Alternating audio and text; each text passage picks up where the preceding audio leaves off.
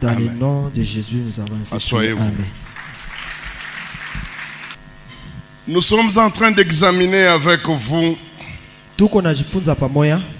les activités de Dieu des maisons de nos pères. Nous avons dit leur première activité consiste à frapper tous les membres de la famille de leur étiquette et de leur code.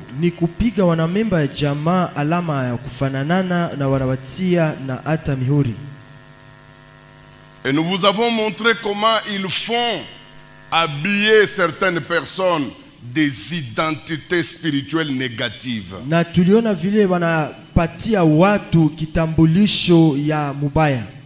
Et faites attention si vous avez l'une des identités que j'ai expliquées ici. Ne négligez pas ça. J'ai vu des hommes de Dieu mal finir à cause des identités négatives.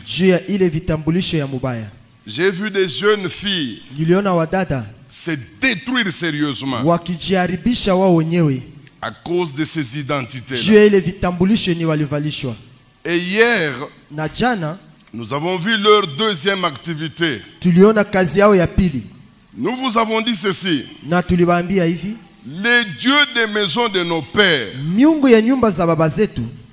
ont comme rôle conserver, contrôler tous les membres de leur juridiction. Je vous ai dit que ce sont des dieux très possessifs. Ils sont très territoriaux. Ils ne veulent jamais perdre leur territoire. Non seulement ils s'occupent du territoire, mais surtout ils ne veulent pas qu'il y ait des mouvements de changement dans le territoire qu'ils dirigent. C'est pourquoi toute personne qui veut quitter le système, on va annoncer dans le monde des ténèbres. Et après avoir annoncé, ils vont engager des poursuites.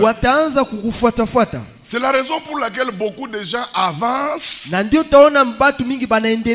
jusqu'à un certain niveau.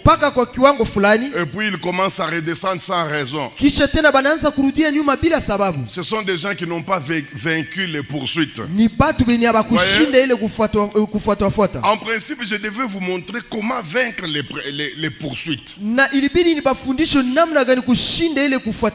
comme aujourd'hui il faut qu'on prie, je préfère prendre une matière qui va nous aider à entrer dans la prière. Et puis nous allons voir demain ce qu'on peut ajouter. Puisqu'il y a quelqu'un qui m'a posé la question, il a dit: pasteur, est-ce qu'il y a moyen d'arrêter les poursuites? Je lui ai dit, moi-même, je suis un exemple. Et puis, s'il n'y avait pas moyen d'arrêter les poursuites, pourquoi prêcher? Pourquoi prêcher sur quelque chose dont tu connais bien qu'il n'y a pas de solution? Bon, peut-être, on verra, je ne sais pas, peut-être demain. Mais aujourd'hui, nous voudrions plutôt voir quelque chose qui va nous intéresser. Chers frères et sœurs, ne négligez pas cette notion des dieux des maisons de nos pères. Je sais qu'au Congo, vous aimez des sujets d'enseignement pompant. Mabishina ya mahubiri. Vous aimez trop des sujets de prédication qui épate. Par exemple, au Congo, si vous voulez que les gens viennent nombreux à la convention, mettez seulement le titre de la convention ou de l'enseignement. Cette fois-ci, c'est ton tour. Ils viendront. Ou si ce n'est pas ça, vous dites les 5 secrets pour percer. Ou bien les 44 secrets pour voyager à Dubaï. Les thèmes comme ça, ça attire. Mais quand vous dites aux gens, nous allons parler sur quitte la maison de ton père. D'abord, dans leur tête, ils voient le mariage. Directement, ceux qui sont mariés disent ça ne nous concerne pas. Ils négligent. Et souvent, c'est dans des petites choses qu'il y a le salut. Si tu m'écoutes aujourd'hui et que tu mets tout ton cœur dans la prière que nous allons faire, t'en fais pas. T'en fais pas. Moi, je ne suis pas dans l'évangile Wai-Wai. Attendez que je termine à prêcher. Tu vas sentir le feu. Amen. Amen.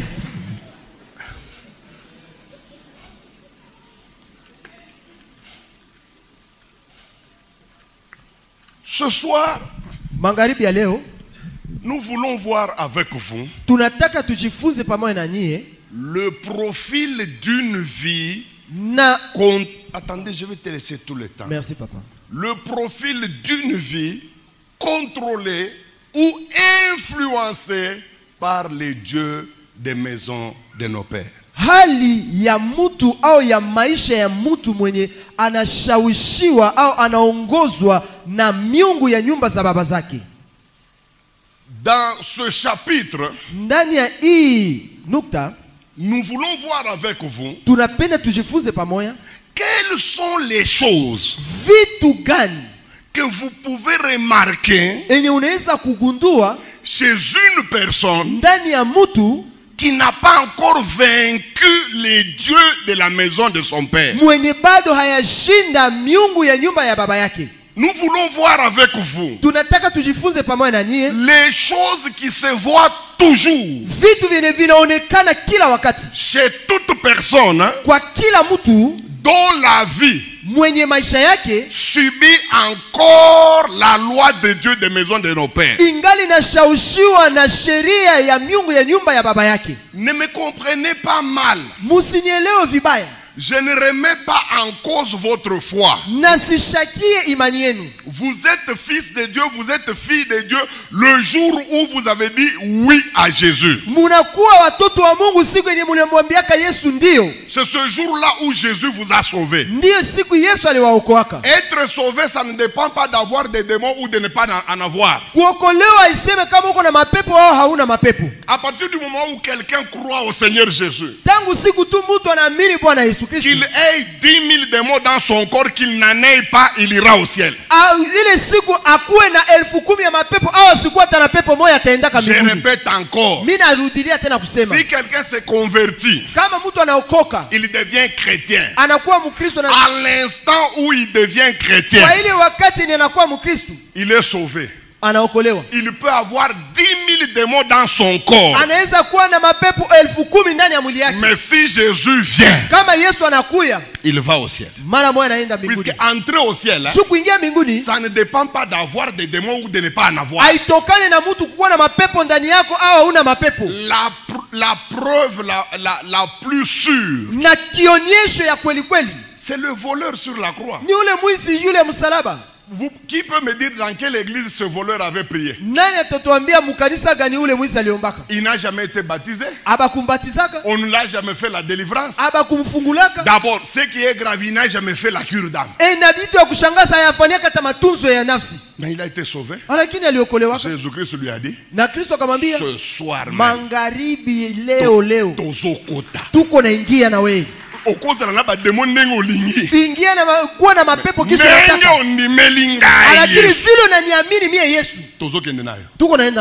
Là, c'est un point qu'il faut régler dès l'avance. Parce qu'il y a toujours des méchants qui interprètent mal les enseignements. Maintenant, sachez ceci. Il y a une différence entre croire au Seigneur Jésus et avoir la victoire sur certaines choses qui nous dérangent. C'est là le problème. Vous allez voir certains chrétiens convertis.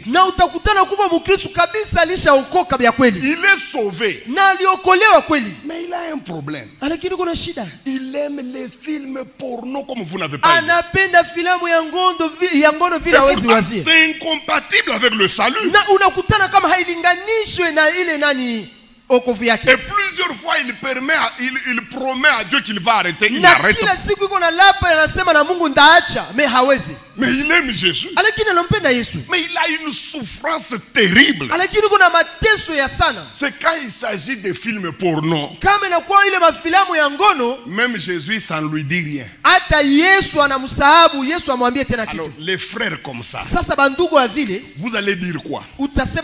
Qu'il n'est pas sauvé? Non. Il est sauvé. Mais pourquoi il a une telle sale habitude? Cet enseignement va résoudre ce problème. Vous allez comprendre pourquoi il y a des chrétiens qui aiment Dieu, mais qui vivent des contrariétés terribles.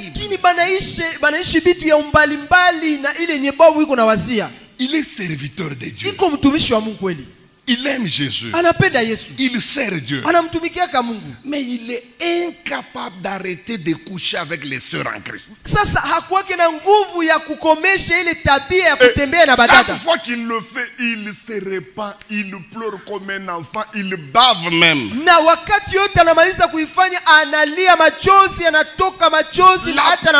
preuve qu'il pleure, la preuve plutôt qu'il est enfant de Dieu, il est en train de regretter ce qu'il fait. Mais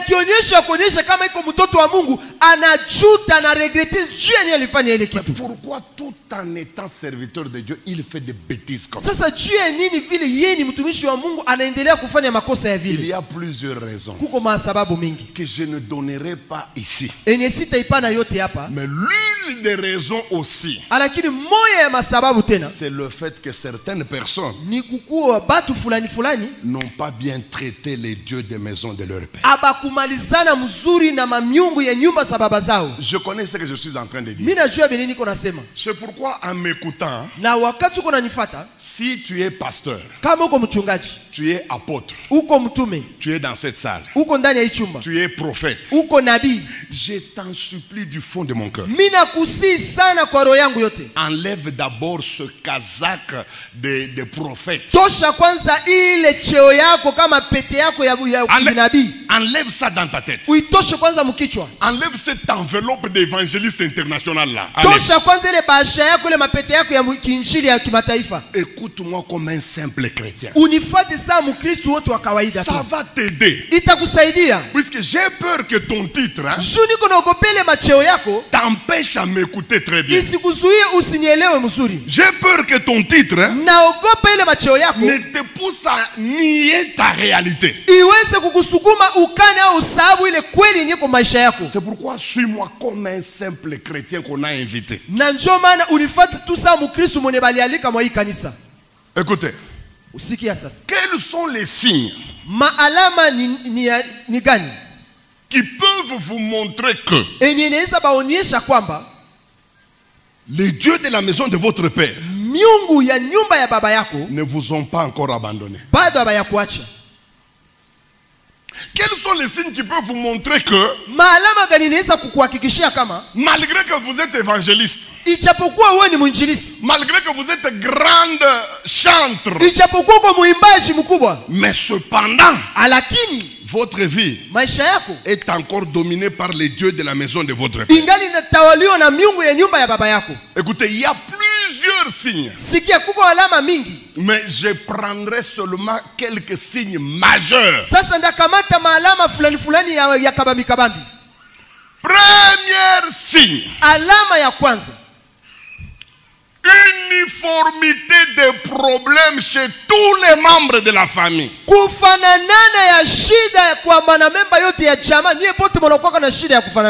Ça, c'est le signe caractéristique de toute personne qu'on domine par le Dieu de la maison de son père. Chez toute personne qui n'a jamais eu la victoire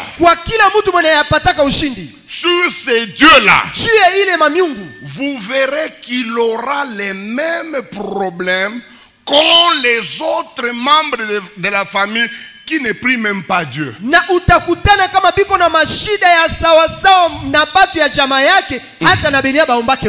vous remarquez que dans votre famille, il y a uniformité de problèmes,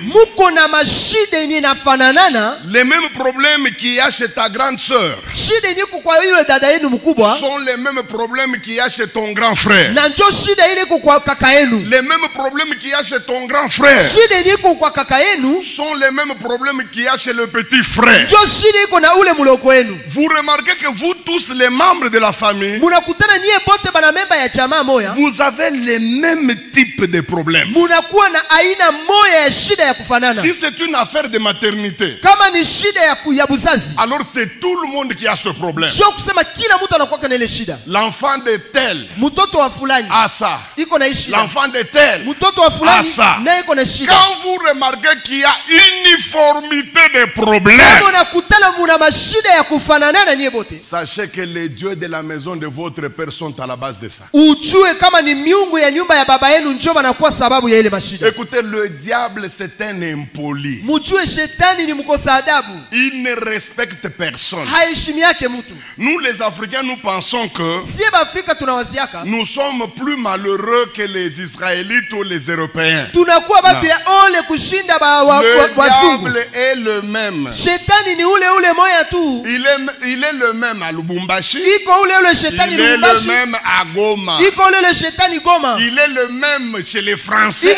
Il est le même chez les Chinois. Il n'y a pas un jour où le diable sera un peu saint chez les Chinois et il sera seulement diable chez les Quinois. Jamais.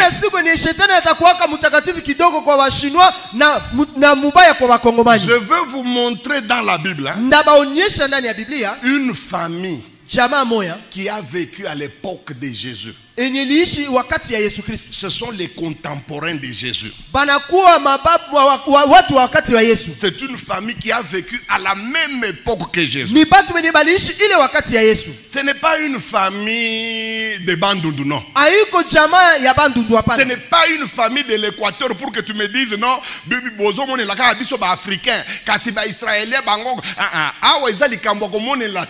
il faut n'appeler ça exemple la famille moko. Oh, il y a un problème, il y a les dieux de la maison de leur père. Na usiseme usi tuko ba Equateur munatusema juu atuko ba juif, lakini nitakupatia mfano moja ya batu benye baliishi wakati ya Yesu, baliishi mambo ya miungu ya nyumba za baba zao. Matthieu 22. Mathayo 22. 24 à 27. Je veux que tu lises avec beaucoup d'autorité, avec une grande voix. Allez-y. Matthieu 22. 24 à 27. Je vais lire moi-même alors. Je vois qu'on a beaucoup traîné. Nous sommes dans Matthieu. Chapitre 22, verset 24. Maître, Moïse a dit, si quelqu'un meurt sans enfant, alors son frère épousera sa veuve et suscitera une postérité à son frère. Écoutez maintenant l'histoire.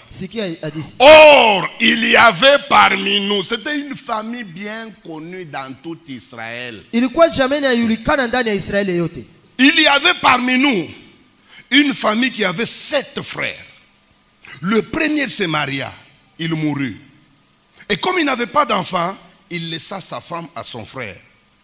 Il en fut de même du second, puis du troisième, jusqu'au 7e. Et après eux tous, la femme mourut aussi. Voilà une famille coincée, piégée par les dieux des maisons de leur père.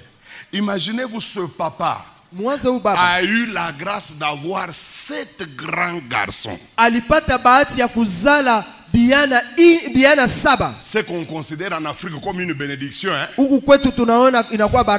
Quand tu as plusieurs filles comme moi, les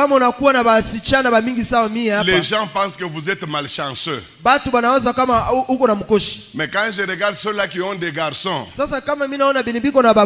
et je vois comment ils fument le chanvre, je comprends qu'ils ont réussi. Cette famille aussi avait 7 enfants. Des gaillards. Des malabars. Il y en avait des beaux aussi. Et ces enfants ont grandi.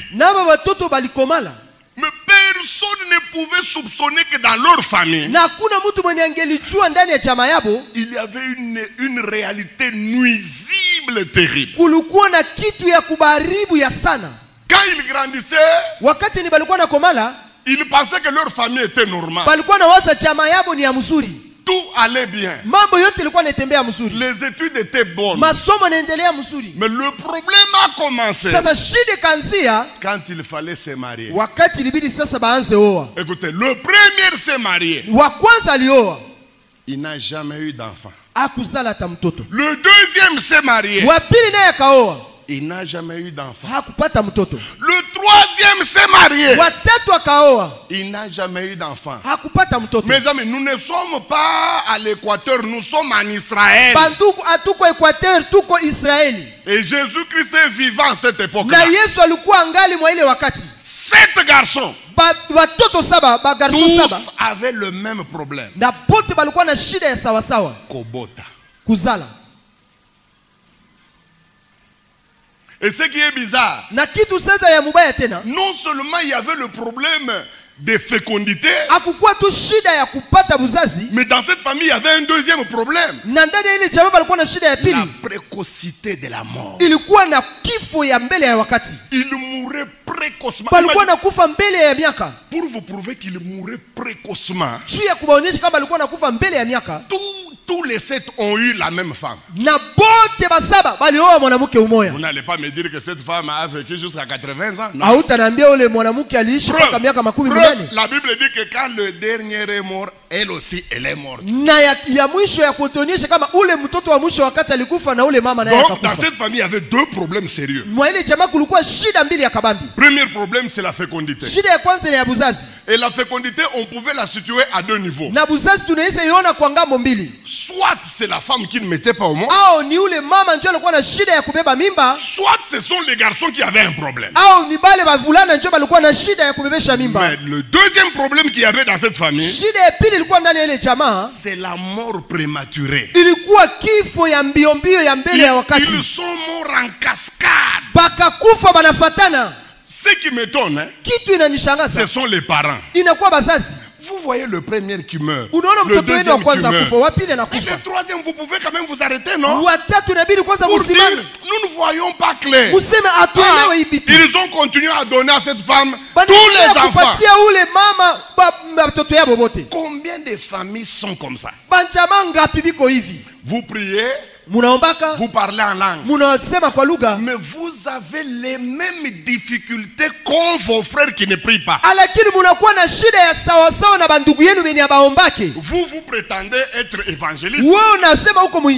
Vous êtes sauvés, oui. Mais comment vous avez les mêmes problèmes que vos frères qui ne prient pas?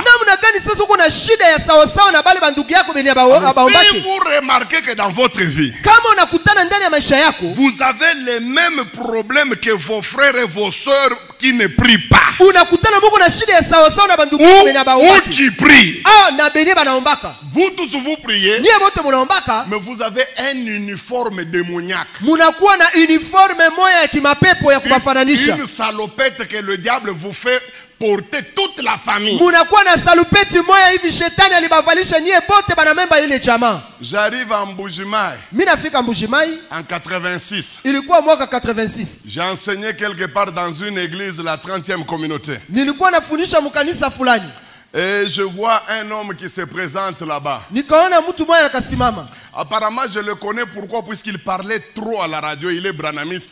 Il faisait leur émission de Branham là. Branham c'est Dieu, Branham c'est Ose. Il racontait des bêtises. Je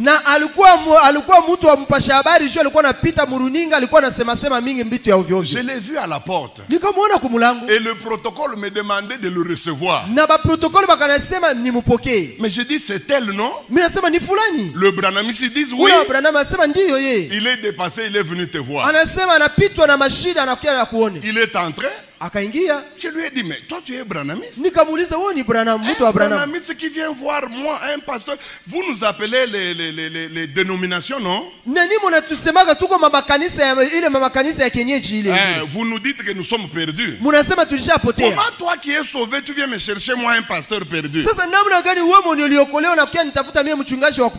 Il me dit, pasteur, comprends-moi.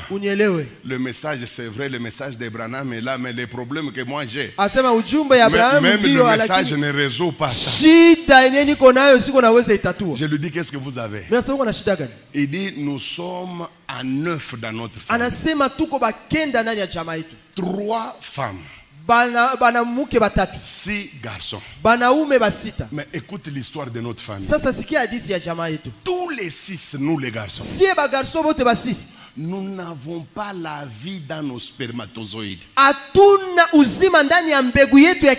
Donc nous sommes incapables d'engrosser nos femmes. Depuis le grand frère aîné. Moi je suis le 6e. Nous parlons de Branham, oui. Mais pour mettre au monde, là Branham ne répond pas. Nos 3 sœurs sont toutes des stériles. Mais à la grande surprise, elles sont mariées toujours à des gens très élevés. Elles ont beaucoup d'argent. Mais nous les garçons, nous sommes des malheureux. Et je remarque que tous nous recourons à ces 3 femmes. C'est comme ça que nous n'ouvrons même pas la bouche devant elles. Parce que si tu vois l'une d'elles m'injurier ici, vous ne pouvez même pas penser que nous sommes frères et sœurs. J'étais suivi, j'étais là, j'étais suivi. Je me suis dit, même si c'est un pentecôtiste, que je l'écoute d'abord. Alors je lui ai dit, va appeler tes frères.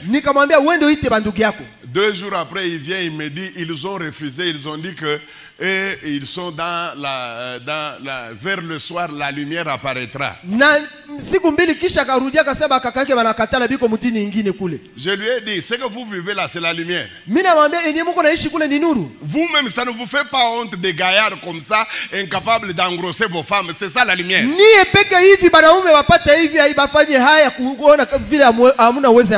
Il me dit, comme il parlait Swahili, c'était un ancien du Katanga. Il me dit, pasteur, basi unisali atami mwenyewe aba bengine basi ni yabo. Et il m'a dit que pasteur, aide-moi, les autres ont refusé, c'est leur problème. Je lui ai imposé les mains.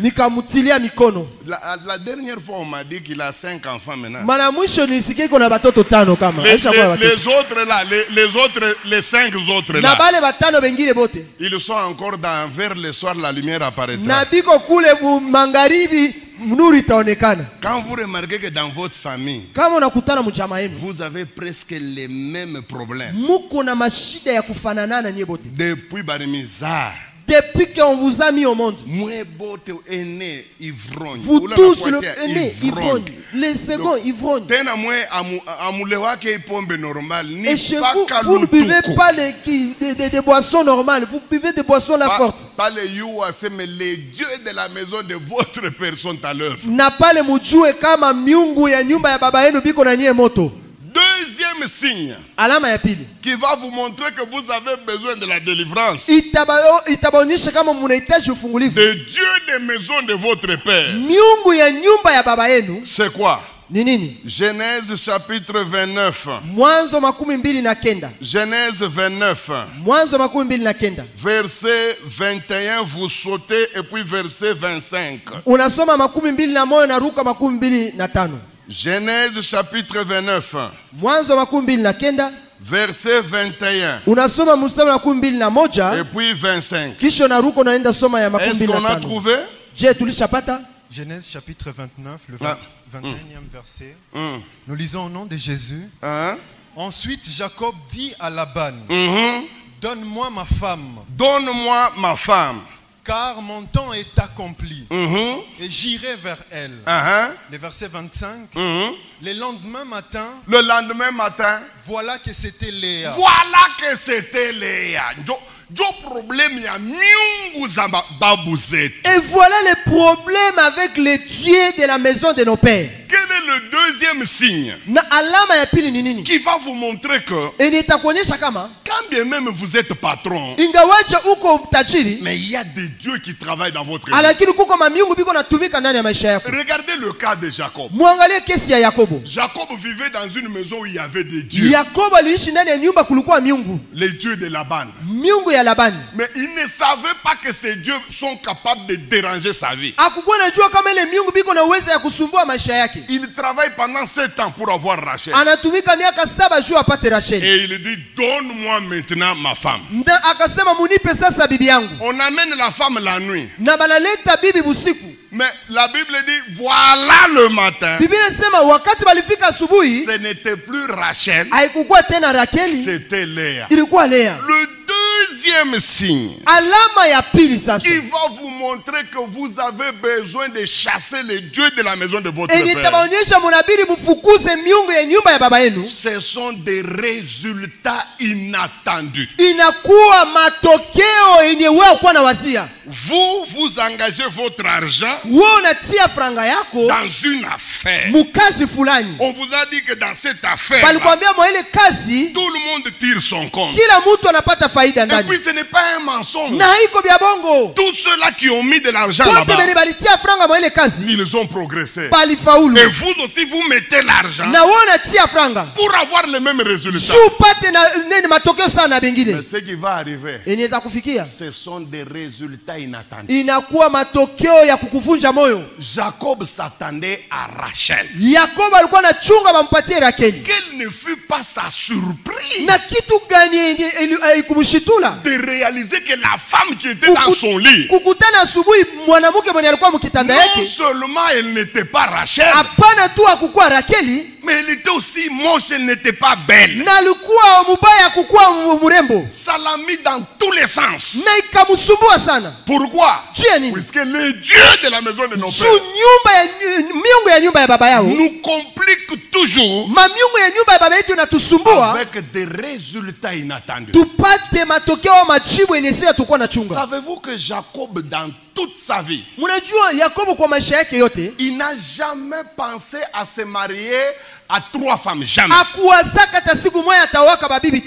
Toute sa vie, il n'a aimé véritablement qu'une seule femme, Rachel. Mais à cause des dieux de la maison de Laban, vous savez ce que Laban lui avait dit? Il a dit, pourquoi tu m'as fait ça? Il a dit, dans ce milieu ici, il existe une loi. La loi dit, tu ne peux pas prendre la petite soeur alors que la grande soeur n'est pas encore mariée. Et qui avait dicté cette loi-là? Les dieux de ce milieu-là. Il a bien dit, dans ce milieu que nous sommes, il n'est pas bon de donner la cadette à Alors que l'aîné traîne. À cause de cette loi de Dieu là, Jacob se retrouve polygame par accident. C'est vrai, au début c'était par accident. Mais plus tard, c'était maintenant le travail, lui-même a accepté ça. Et il a commencé à se marier en désordre.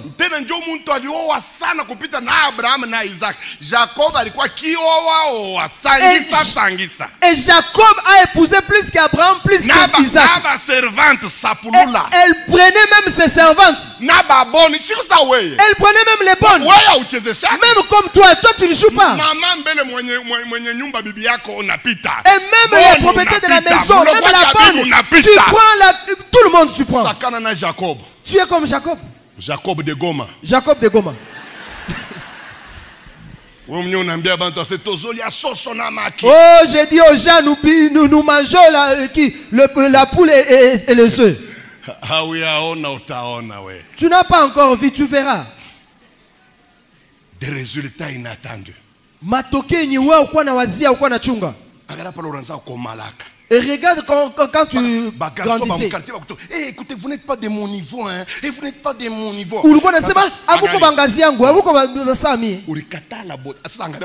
Tu as refusé tout le monde. Et maintenant regarde celui avec qui tu es. Regarde celui avec qui tu es. Tu dis, vaut mieux que j'ai un mari. Il a croisé à Kata. C'est bon. Et celui avec qui tu es aujourd'hui, tu dis, c'est la personne que tu n'as jamais imaginé un jour que tu seras avec lui. Même la femme que tu as aujourd'hui là. La femme là que tu as. Avant de l'épouser, tu te moquais d'elle. Tu dis, celle-ci, même si on me l'a donnée gratuitement. Regarde maintenant comment les dieux de chez vous, comment ils t'ont fait. Tu as une femme qui te ressemble. Il est comme un homme.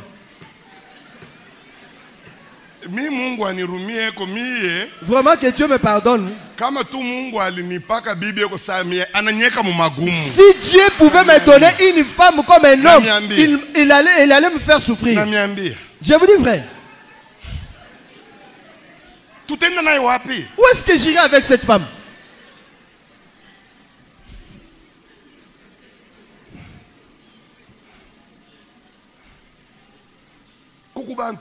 Il y a des gens, tout ce qu'ils vivent, normalement, bon, pas le retour à Kinshasa,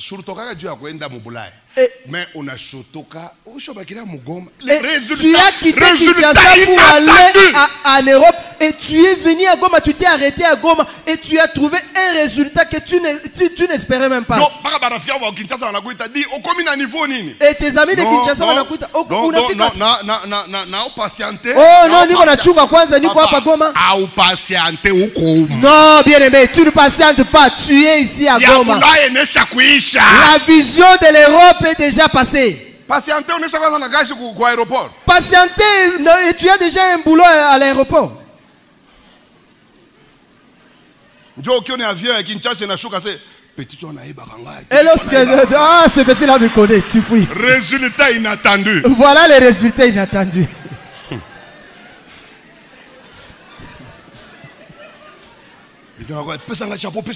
Attends, il peut chapeau. Dieu, on n'a pas le chapeau. Et voilà l'avion atterrit et puis ça emporte le chapeau. Tonton Ilungoza. Tonton Ilunga, ou quoi pas? Le résultat inattendu. Matokeo nyakuwa na wazia. Kulikuwa babwana bakuko tu ba frère en Christ ba kipimo yako ba non boza ba niveau na ngaite angrasa leo unaishia kwa soda moya hana titre. Il y avait des frères qui voulaient te prendre en mariage qui étaient vraiment bien battus, mais tu ne voulais pas d'eux. Vous savez, il y a des gens, tout ce qu'il est en train de vivre, tout ce qu'il est en train d'avoir, ce sont des anciens. T'as la photo. Il y a seulement des souvenirs d'Adam. Il dit, ah, on a une photo. Wakati kwa na Mobutu. Ah, Mobutu alishakufa kweli. Mambo yako yote, ma victoire yako iko paka dans le passé. Tes souvenirs, ce sont seulement les passés. Bibi mwenyewe unao. La femme que tu as épousée. Bibi wa zamani aisha kuzalaka. Elle fit la femme d'autrui. Les assiettes là que vous utilisez, c'est fait les anciens assiettes. Et c'était une maman de l'église qui vous l'ont donné. Et même le lit sur quoi vous vous couchez là. Et voir même les enfants, vos enfants là, ce sont les enfants d'autrui, ce ne sont pas vos enfants. Ça c'est quel genre de vie? La femme, elle fit la femme d'autrui. Télévision, la télé. Vous savez là, ce sont les enfants d'autrui, ce n'est pas vos enfants à vous. Ce sont les enfants qu'elle a eu avec les militaires de AFDEL.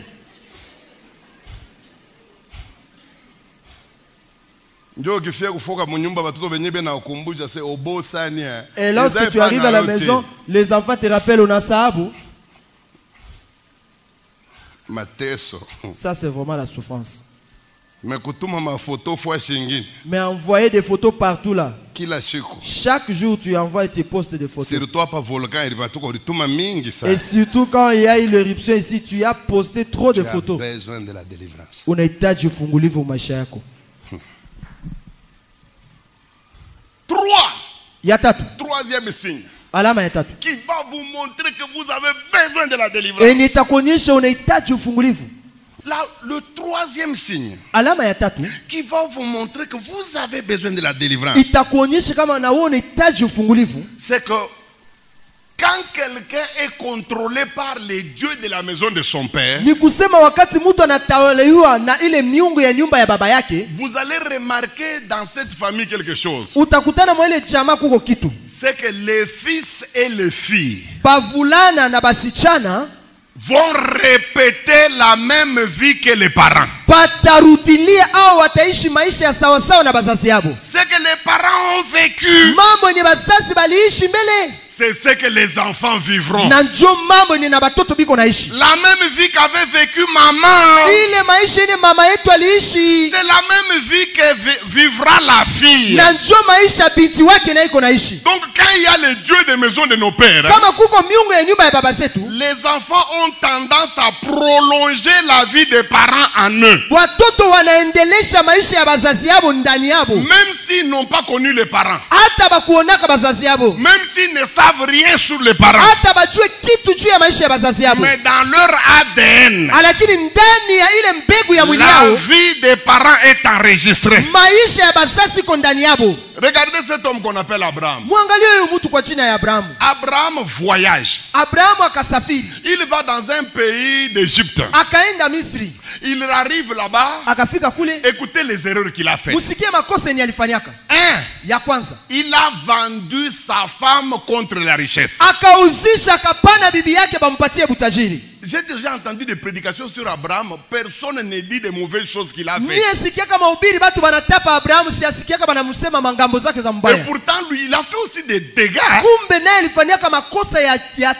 Il vend sa femme contre la richesse. Deuxièmement, il ment. Il dit que ce n'était pas sa femme, c'est sa soeur. Quand il mentait là, Isaac n'était pas là. Il n'était même pas dans le ventre. Isaac était dans l'éternité avec Dieu. Mais regardez la force des dieux des maisons de nos pères. Des années après la mort d'Abraham, Isaac va se marier. Il va aussi voyager comme son père. Mes amis, ce qui est étonnant, il va répéter la même chose comme son père. Il va vendre aussi Rebecca à un autre roi. Ce roi là s'appelle Abimelech.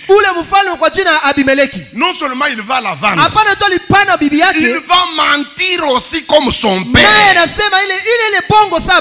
Alors qui n'a jamais été à l'école des mensonges. Na hakuingia kwa masomo ya kusema bongo. Où est-ce qu'on l'avait formé? Sasa wapi ndio walimfundishaka? Pour qu'il mente comme son père. Aseme bongo sawa baba yake. Les dieux de la maison de son père. Miungu ya nyumba ya baba yake était à la base de ça. Ndio balikuwa msingi au chanzo ya. Regardez. Sasa muone. Abraham a inauguré quelque chose avec le mensonge. Abraham alianzishwa kitu moja na buongo. Maintenant ce mensonge commence à descendre dans la famille. Sasa ile bongo inaanza shuka ndani ya jamaa. On arrive au niveau de Jacob. Inafikia sasa Yakobo. Lui il a été champion. Yeye alikuwa kabisa champion. Il a dépassé même son grand-père. Alishinda na babu yake, on dirait la malédiction plus elle descend. Zaidi laani iko na shuka. Elle prend des allures. Iko na nenepe, iko naendelea sana. Elle commence là. Inaanza kule yulu. Avec une petite allure. Inaanza kana mwendo ya pole pole. Plus elle descend. Zaidi iko na shuka. Plus elle prend de la grosseur. Zaidi iko na nenepe, iko na kwa kabambi. Lui, Jacob a été menteur jusqu'à la moelle épinière. Yeye Yakobo alikuwa msema bongo paka mumifupa yake. Donc on dirait il était comme les tailleurs et les couturiers. Alikuwa kama mshonaji kama huyu nani couturier. Un couturier peut être les yeux baissés, hein. Na mshona manguo anaweza kuwa iko na il ne te voit pas quand tu arrives. Hakuone sasa uko naingia. Il est en train de coudre. Iko na shona nguo. Mais dès qu'il apprend que tu es là, wakati tu anasikia unafika, automatiquement ils ont une puissance extraordinaire. Banakuwa na nguvu moja ya ajabu. Sawa tunatokea ku morgue baba yangu alikufa. Ils sont capables de tuer toute la famille dans le mensonge. C'est pourquoi les tailleurs, pour entrer au ciel, ils doivent beaucoup prier. Est-ce que j'ai dit qu'ils n'entreront pas? J'ai dit qu'ils n'entreront pas. Seulement le côté mensonge là. Même Satan lui-même s'étonne. La manière dont les tailleurs mentent. Parfois, les démons de mensonges lui-même, il chôme, il dit bon, ils sont là, ils vont faire mon travail. Mes amis, dans la famille d'Abraham, de père en fils, il y avait quelque chose. Regardez toute la famille d'Abraham. La famille d'où vient Jésus. Elle avait tout. Elle avait les promesses, elle avait la gloire, elle avait l'alliance. C'est une famille, je ne connais pas une famille bénie sur la terre comme la lignée de Jésus. Mais malgré que c'était une famille bénie, mais dans cette famille il y avait un problème. Un problème sérieux. Qui faisait que les enfants puissent répéter la vie des parents. Regardez dans la famille d'Abraham. Il y a quelque chose qui les suit tous. Abraham était marié à Rebecca et à Sarah. Sarah ne mettait pas au monde. Suivez bien. Abraham a engendré Isaac. Isaac marié à Rebecca. Rebecca ne mettait pas au monde. Isaac engendre Jacob. Jacob marié à Rachel. Rachel ne mettait pas au monde. Si vous suivez la lignée de Jésus là, vous allez voir que toutes les ancêtres femmes de Jésus avaient un rendez-vous avec quelque chose. Elles ne mettaient pas au monde. Vous savez que Jean-Baptiste c'est le cousin consanguin de Jésus. Même sa mère Élisabeth ne mettait pas au monde. Dans la famille de Jésus, pour mettre au monde, il fallait beaucoup de prières. Remarquez toutes les femmes ancêtres de Jésus. Pour mettre au monde, il fallait des jeûnes et des prières. D'ailleurs, c'est la raison pour laquelle vous allez voir que les ancêtres femmes de Jésus n'avaient pas beaucoup d'enfants.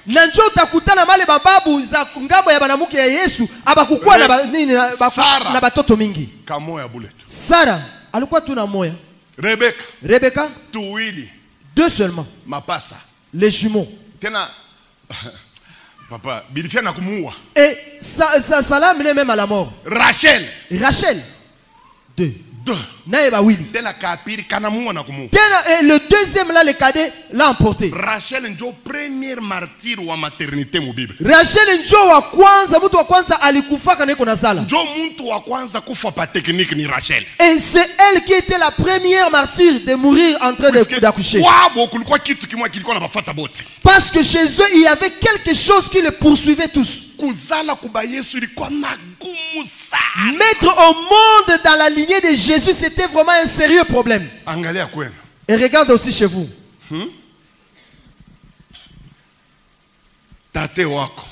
Ton grand-père. 3 femmes. Ton père. Comme nous sommes ici à Goma, lui, 4. Regarde votre grand frère aîné. Voilà, il a trouvé un peu d'argent ici. Et voilà, il en a déjà 3. Et toi-même là, tu en as déjà 2, mais l'une tu es en train de la cacher. Tu es dans cette lignée là. Multipliez-vous selon vos espèces. La Bible un jour Jésus-Christ entre dans une maison. Il trouve une femme. Et cette femme a commencé à baiser ses souliers. Il y avait un pharisien qui s'appelle Simon. Il était là. La Bible nous dit, en regardant Jésus, le pharisien a dit quelque chose dans son cœur. Il est déjà mort, hein? Des années et des années. Mais il ne sait pas que Ezra avait su ce qu'il avait dit ce jour-là. Il a dit ça dans son cœur. Écoutez ce qu'il avait dit. Si cet homme est prophète, il y a des choses qu'il devait savoir. Il devait savoir qui est cette femme qui le touche. Il devait savoir de quelle espèce elle est. Or la Bible dit multipliez-vous selon vos espèces. Je n'ai jamais vu de mandariniers qui produisent les mangues. Jamais. Je n'ai jamais vu un manguier qui produit du citron. Jamais. La Bible dit multipliez-vous selon vos espèces. Aujourd'hui ton premier enfant là, il est vraiment envahi avec l'esprit de la prostitution. On l'amène par-ci par-là avec des gens inutiles. Et tu dis au pasteur fidèle, pasteur fidèle, je vais t'amener Marie, tu vas prier pour elle. Allons-y lentement d'abord. Aujourd'hui, Marie là que tu appelles prostituée, comment est-ce que tu l'as eu? Tu l'as eu lorsque tu étais encore en mathématiques. Avec votre professeur là de mathématiques. Aujourd'hui, toi tu es en retraite, Marie continue, il perpétue ton travail là. Toi tu veux étudier quoi? Marie est en train de perpétuer le travail de la famille. Multipliez-vous selon vos espèces. Et tu l'as eu dans la prostitution. Et avec le péché là de la prostitution, elle en a aussi. Elle sent comment ça bouillonne en elle. Et qu'elle reste tranquille. Elle est en train de travailler pour la famille. Vous êtes en train de glorifier votre papa pour ce qu'il est en train de faire. Et vous l'appelez même shérif. Shérif mourra. Et puis il va laisser le petit shérif aussi. Tu vas croire au Seigneur Jésus, mais tu seras incapable de supporter le passage d'une femme devant toi. C'est ça le sang du shérif. Multipliez-vous. Dans la Bible on dit ceci. Dans Hébreu, il est dit ceci. Il m'a dit quoi? Que Lévi, Lévi qui perçoit la dîme, alipokea fungo la kumi, avait payé la dîme à Melchisedec. Alilipa ile fungu la kumi kwa Melchisedeki. Mes amis, Lévi ni mtoto mwa wa chini. Bien aimé, Lévi c'est le petit-fils d'Abraham. D'Abraham. Koulé Melchisedec revivra ya kukuako. Là où était Melchisedec à cette époque-là, Lévi n'a pas existé encore. Ce n'est pas son contemporain. Na haiko mtu wa wakati wake.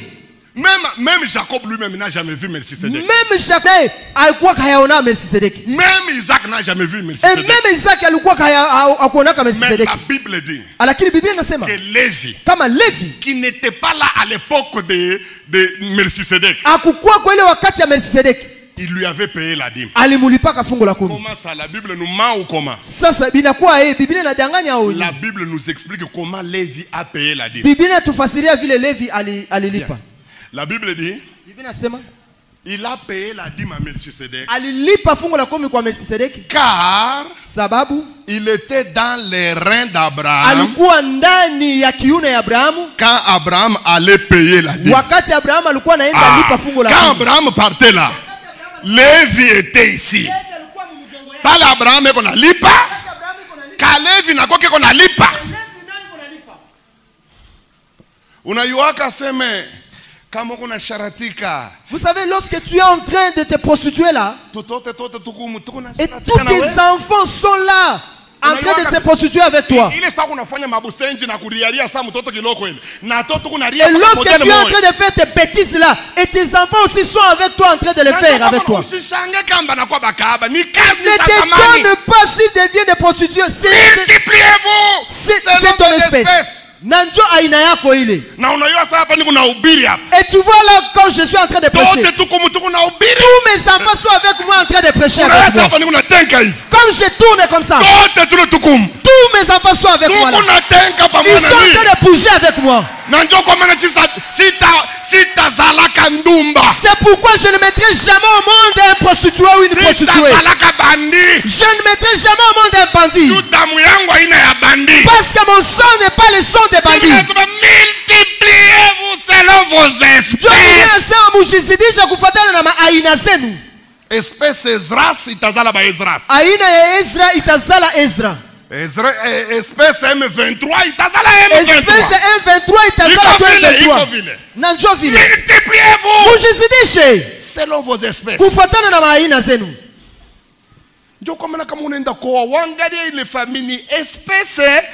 C'est pourquoi avant d'aller te marier, vérifie c'est quel genre d'espèce cette famille-là. Tu demandes à la femme, où est ta mère? Oh, ils se sont séparés avec mon père, j'avais 2 ans. Ok, il n'y a pas de problème. Et votre grande soeur, où est-ce qu'elle est? Bon, elle était partie en Tanzanie. On ne sait pas où est-ce qu'elle est. Et votre second, ou quel grand frère? Notre grand frère là, lui était parti dans l'armée. Écoute l'histoire d'une famille. Et le troisième là. Le troisième. Lui il danse la musique là suédois à Kinshasa. Le quatrième là. Le quatrième. C'est celui-là qui joue les tambours de Mazembe, les supporters de Mazembe. Et c'est là la famille qui est engagée. Vous décidez que vous faites dans la inazenu. Et tu verras quelqu'un sans que la femme ne soit délivrée, tu vas la prendre en mariage. Et avec vos faux foi là, oh Jésus va le transformer. Et elle entre à la maison. Tu dis à ta femme,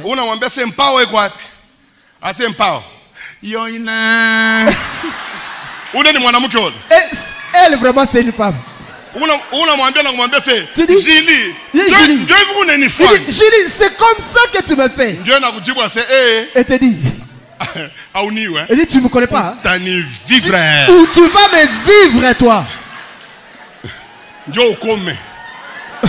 Multipliez-vous selon vos espèces.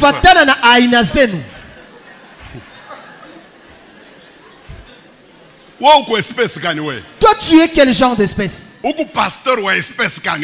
pasteur de quelle espèce? J'étais à Mweneditu, je crois. Nilikuwa ku Mweneditu na wazia. Chez le pasteur Honoré. Kwa mchungaji Honoré. À Hébron. Kule ku Hebroni. J'étais en train de prêcher l'évangile. Nilikuwa nahubiri injili. Je me souviens ce jour-là, j'ai parlé de malédiction héréditaire. Na kumbuka ile siku nilikuwa nasema juu ya malaana ya majamaa. La ville bougeait. Mji litingizika kabisa. Tout Mweneditu était à cette église. Mweneditu yote balikuwa mwali kanisa.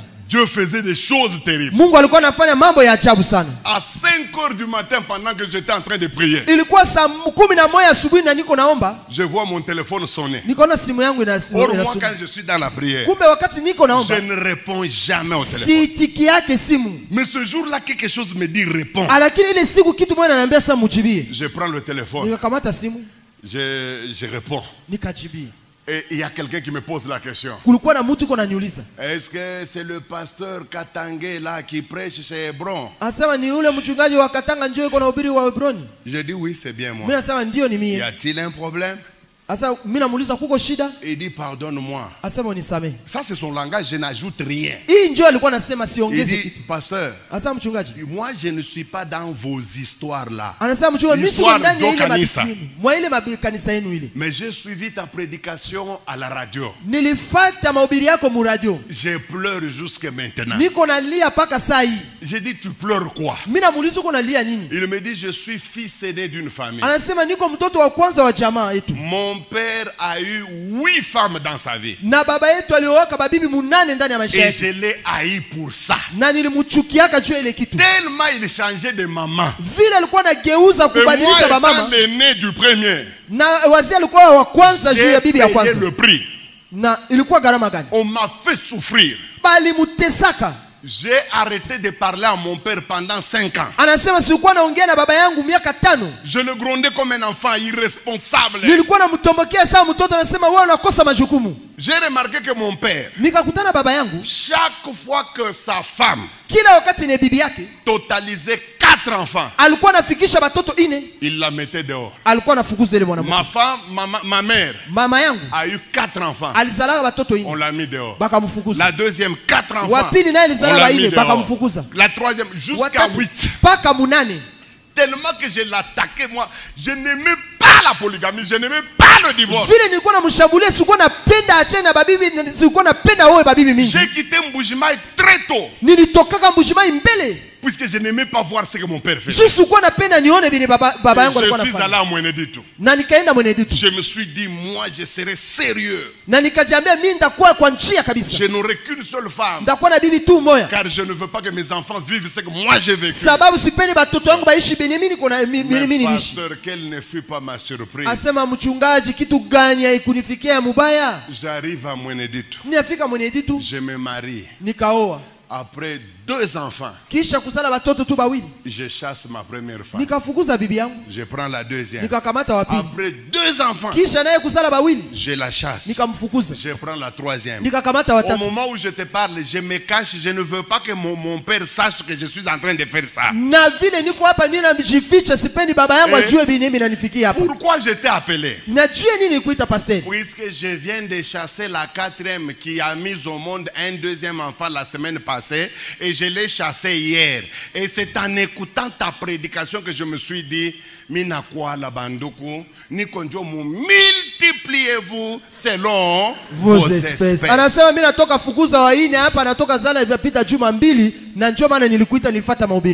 il me dit, pasteur, est-ce que tu ne peux pas m'aider? Je lui ai dit, tu crois que c'est facile? La manière dont tu fais les numéros là, tu penses que c'est facile? Mais selon ta prédication, Dieu peut nous aider, non?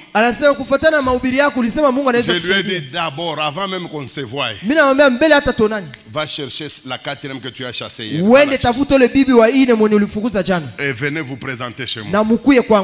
Il m'a dit lui-même plus tard que j'ai obéi puisque tu étais trop autoritaire. Mais sinon, je ne voulais pas. Mais je suis allé la chercher.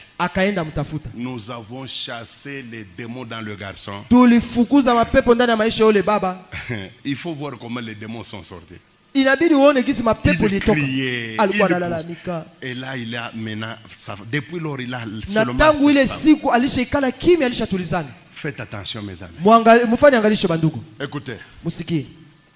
Tu peux avoir des problèmes comme ça dans ta vie. Tu as remarqué que tu es en train de vivre ce que ta maman avait vécu. Ou bien vous venez d'une famille comme la famille que je vous ai montrée ici dans la Bible. 7 garçons incapables d'engrosser sa femme. Ils avaient un problème sérieux. Alors vous vous dites, comment je peux sortir de cette histoire?